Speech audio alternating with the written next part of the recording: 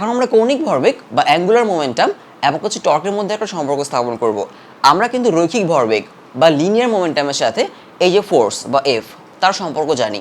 আমরা নিউটনের second law থেকে জানি যে এফ ইকুয়াল টু হচ্ছে ডি বাই ডিটি, আর এখানে হচ্ছে এমভি। তো আমরা জানি পি ইকুয়াল টু হচ্ছে এমভি, তাই না? এই ভি হচ্ছে আমাদের রৈখিক বেগ, ভি হচ্ছে রৈখিক বেগ বা হচ্ছে লিনিয়ার ভেলোসিটি, আর পি হচ্ছে আমাদের রৈখিক ভরবেগ বা হচ্ছে লিনিয়ার মোমেন্টাম। তো নিউটনের সেকেন্ড ল থেকে আমরা জানি টাইমের রেসপেক্টে ভরবেগের যে পরিবর্তন বা হচ্ছে লিনিয়ার মোমেন্টামের যেই চেঞ্জ, সেটাকে আমরা কি বলি? Applied force. তো এটাকে লিখতে পারি হচ্ছে আমরা এইভাবে, এফ ডি বাই ডিটি, আর এমবিকে লিখতে পারি হচ্ছে পি, তাই না? তো এটা হচ্ছে আমাদের রৈখিক ভরবেগের সাথে মানে লিনিয়ার মোমেন্টামের সাথে এফ এর একটা সম্পর্ক। তো এখন হচ্ছে আমরা যেটা করব, কৌণিক ভরবেগ মানে হচ্ছে অ্যাঙ্গুলার মোমেন্টাম, কৌণিক ভরবেগের সাথে টর্কের একটা সম্পর্ক স্থাপন করব। কারণ কোনো বস্তু বা অবজেক্টকে যখন আমরা ঘোরানোর চেষ্টা করব, তার জন্য আমরা ফোর্সকে বলি হচ্ছে টর্ক, তাই না? তো আমরা এটা অলরেডি জানি নিউটনের সেকেন্ড ল থেকে। এখন যেটা করতে পারি আমরা লিখব, আমরা সম্পর্ক স্থাপন করব হচ্ছে এল আর এটার মধ্যে, টর্কের মধ্যে, মানে কৌণিক ভরবেগ, অ্যাঙ্গুলার মোমেন্টাম আর হচ্ছে টর্কের মধ্যে।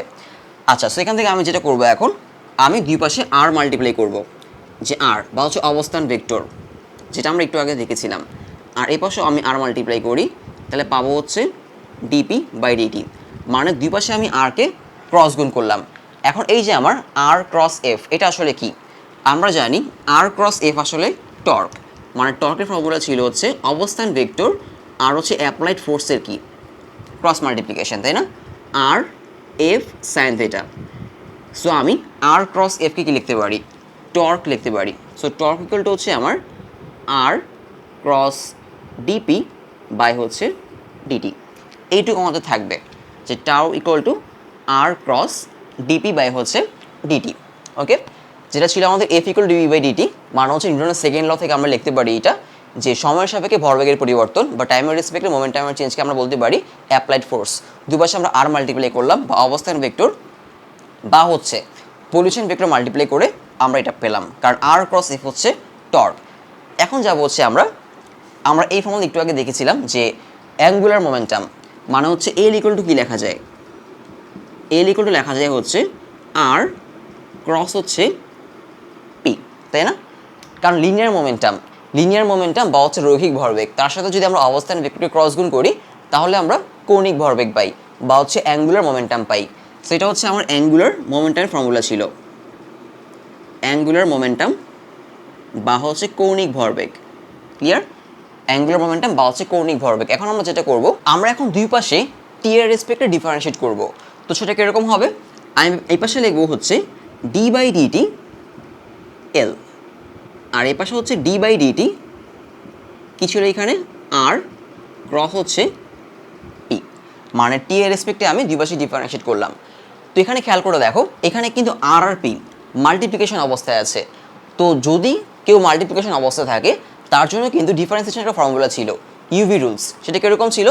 সাপোজ ধর এখানে ইউ আর ভি, তারা হচ্ছে মাল্টিপ্লিকেশন অবস্থায় আছে বা গুণাকারে আছে। এখন এদেরকে আমরা এক্সের রেসপেক্টে ডিফারেন্সিয়েট করব। এক্সের রেসপেক্টে আমি ইউ আর ভিকে ডিফারেন্সিয়েট করব, আর তারা হচ্ছে মাল্টিপ্লিকেশন অবস্থায় আছে। তো আমাকে যেটা করতে হবে, ইউকে সামনে রাখবো, ডি বাই ডিএক্স, ভিকে ডিফারেন্সিয়েট করব, প্লাস ভিকে সামনে রাখবো, ডি বাই ডিএক্স, ইউকে ডিফারেন্সিয়েট করব। মানে আমি একজনকে সামনে রাখলাম, আরেকজনকে ডিফারেন্সিয়েট করলাম, দেন হচ্ছে প্লাস দিয়ে অপরজনকে সামনে রাখলাম এবং অন্যজনকে ডিফারেন্সিয়েট করলাম। এটা ছিল আমাদের ফর্মুলা। তো এখানে আমরা আর ক্রস পি এর জন্য সেটাই করব। তো আমি লিখবো হচ্ছে, প্রথমে যদি আমি আরকে সামনে রাখি, খেয়াল করে দেখো, আরকে সামনে রাখবো, আরকে সামনে রেখে কী করবো? আমি পিকে ডিফারেন্সিয়েট করব। এখন এখানে তো কী হবে? খেয়াল করে দেখো, ইউকে সামনে রাখলাম, দেন হচ্ছে মাল্টিপ্লাই, তাই না? এখানে কিন্তু গুণ চিহ্ন।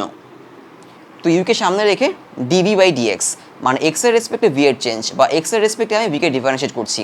তো এখানে মাঝখানে মাল্টিপ্লাই সাইন। এখন চিন্তা করে দেখো, এখানে কিন্তু মাঝখানে ক্রস সাইন, মানে ক্রস গুণ। সো এখানে আমাকে ক্রস গুণ করতে হবে মাঝখানে।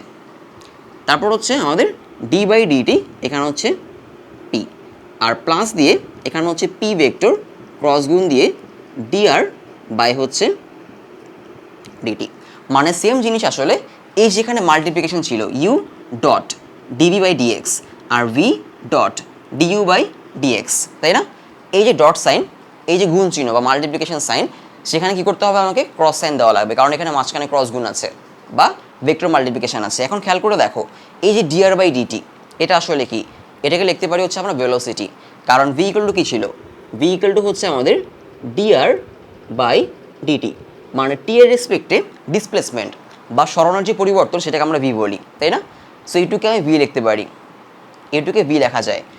তো আমাদের আসবে হচ্ছে আর ক্রস ডিপি বাই হচ্ছে DT plus P cross V. এখান থেকে আমি লিখতে পারি পরবর্তীতে এটা ইকুয়াল সাইন হবে,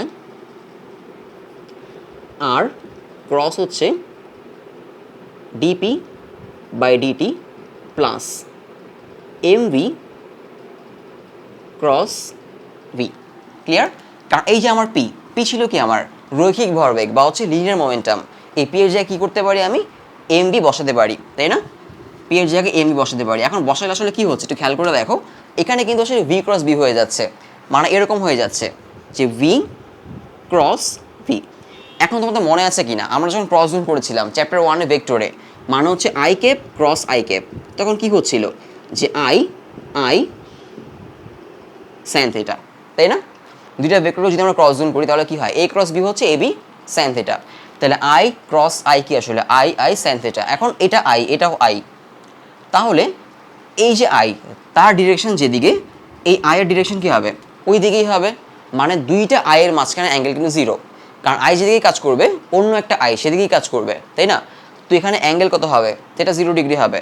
সো আলটিমেটলি এখানে হয়ে যাবে সাইন 0, মানে হচ্ছে 0, মানে দুইটা সেম ভেক্টরের মধ্যে, ক্রস গুণ আলটিমেটলি কী হয় 0 হয়। তার মানে ভি ক্রস বি কী হবে, ভি ক্রস বি আসলে 0 হবে। তার মানে এই যে এই অংশটুকু, এই ভি ক্রস বি আসলে কী হবে এখানে 0 হবে। সো এই অংশটুকু 0 হয়ে যাবে, আমাদের থাকবে হচ্ছে এই অংশটুকু, মানে আমি যদি এখানে লিখি বাকি অংশটুকু, সো আলটিমেটলি আমি পাবো কি এখান থেকে, খেয়াল করে দেখো যে এই যে ডিএল বাই হচ্ছে ডিটি, আলটিমেটলি পাবো হচ্ছে আমি আর ক্রস ডিপি বাই ডিটি। আর এই যে আমার ডিপি বাই ডিটি, এটা আসলে কি, এটা আসলে সময়ের রেসপেক্টে বা টাইমের রেসপেক্টে লিনিয়ার মোমেন্টাম বা হচ্ছে রৈখিক ভরবেগের পরিবর্তন। তার মানে এটা আসলে আমাদের এফ, তাই না? নিউটনের সেকেন্ড ল থেকে এটা আসলে আমার এফ, এই যে এফ ইকুয়াল টু আসলে কি ডিবি বাই ডিটি, এটা লিখতে পারি আর ক্রস এফ। আর আর ক্রস এফকে আমরা কি লিখতে পারি, আর ক্রস এফকে লিখতে পারি হচ্ছে আমি টর্ক, তাই না? সো এটা ক্লিয়ার। এখন খেয়াল করে দেখো আমরা কিন্তু এখানে টর্ক মানে হচ্ছে বলের ভ্রামক বা টর্কের সাথে একটা কৌণিক ভরবেগ বা অ্যাঙ্গুলার মোমেন্টামের একটা সম্পর্ক পেয়ে গেলাম, এবং এই যে সম্পর্কটা এটা কিন্তু ঠিক এরকমই। এটার মধ্যে একটু সম্পর্ক স্থাপন করে দেখো যে আমাদের কী ছিল রৈখিক ভরবেগ বা লিনিয়ার মোমেন্টাম, তার সাথে ফোর্সের সম্পর্ক কী ছিল, যে টাইমের রেসপেক্টে লিনিয়ার মোমেন্টাম বা রৈখিক ভরবেগের যে পরিবর্তনটা সেটা ছিল আমার প্রযুক্ত বল বা অ্যাপ্লাইড ফোর্সের কি সমান, নিউটনের সেকেন্ড ল। ঠিক সেমভাবে আমরা যদি কোনো একটা বস্তু বা অবজেক্ট কোনো একটা এক্সিস্ট তার চারপাশে ঘোরে, তার জন্য আমি সেম কথা বলতে পারি যে কৌণিক ভরবেগ এখানে ছিল রৈখিক ভরবেগ বা লিনিয়ার মোমেন্টাম, এখানে হচ্ছে আমার কৌণিক ভরবেগ। তো লিনিয়ার মোমেন্টামের টাইমের রেসপেক্টে লিনিয়ার মোমেন্টাম তার যে চেঞ্জ সেটাকে আমরা কী বলতে পারি অ্যাপ্লাইড ফোর্স। তো টাইমের রেসপেক্টে কৌণিক ভরবেগ বা অ্যাঙ্গুলার মোমেন্টাম তার যে চেঞ্জ সেটাকে আমরা কী বলতে পারি টর্ক বলতে পারি, তাই না? কারণ কোনো একটা অবজেক্টকে যখন আমরা ঘোরানোর চেষ্টা করব তার জন্য যেই ফোর্সটা আমরা অ্যাপ্লাই করি বা কাজে লাগাই সেটাকে আমরা কি বলি টর্ক বলি। সো এটা কিন্তু সেম ফর্মুলা। তো আমরা নিউটনের সেকেন্ড ল আমরা তিনটা লয়ে আসলে first law second law third law তোমাদের বইতে আছে দেখবা, নিউটনের first law second law third law তিনটা লয়ে হচ্ছে আমরা যদি কোনো একটা বস্তু ঘুরে তার জন্য আমরা অ্যাপ্লাই করতে পারি। ক্লিয়ার? তো এটা খুবই গুরুত্বপূর্ণ একটা জিনিস, তোমাদের অনেক ক্ষেত্রে বলবে যে একটা বস্তু ঘুরছে তার জন্য নিউটনের সেকেন্ড ল কাজ করছে কিনা বা সেই নিউটনের সেকেন্ড লকে ফলো করছে কিনা। তো সেক্ষেত্রে তোমাকে কী দেখানো লাগবে dL by dt equal to torque, এটা দেখাতে হবে আর কি। ক্লিয়ার? আচ্ছা, তো এটা মনে রাখতে হবে। আমরা অনেকগুলো খুব ছোটো ছোটো গুরুত্বপূর্ণ ফর্মুলা বললাম, এই যেখানে লেখা আছে টর্ক ইকুয়াল টু হচ্ছে কি I alpha, L equal to I omega, তারপর I equal to M R square মানে জড়তার ভ্রামক, তারপর ই ইকুয়াল টু হচ্ছে হাফ আই ওমেগা স্কোয়ার, মানে হচ্ছে কৌণিক গতিশক্তি বা হচ্ছে অ্যাঙ্গুলার কাইনেটিক এনার্জি। তো আমরা যদি কোনো একটা বস্তু ঘুরে তার জন্য অনেকগুলো গুরুত্বপূর্ণ ফর্মুলা পড়েছি ইতিমধ্যে। ক্লিয়ার?